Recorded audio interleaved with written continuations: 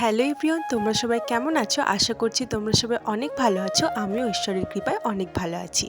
আজ হচ্ছে আমার ভাইয়ের জন্মদিন। তো মা আর আমি সকাল সকাল উঠে চলে গেছিলাম বাজারে। বাজার করতে সবজি, মাছ এগুলো আনতে। আজকে কিন্তু জন্মদিনে ভাইয়ের মেনুতে কিন্তু মাছই আছে। মাংস কিন্তু হবে না বাড়িতে, তাই মাছও নিয়ে নিচ্ছি।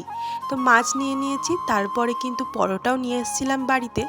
যেহেতু পিসিওডি আছে, পরোটা খায় না, কিন্তু আজকে একটু মন হলো বলে খেলাম।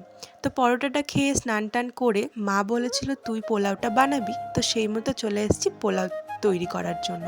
তো পোলাওটা আমি বানাচ্ছি এদিকে, আর যা যা বাদ বাকি রান্না সব কিন্তু মাই করেছে। তো ভাইকে গুছিয়ে গেছে খেতে দিয়ে দিয়েছি।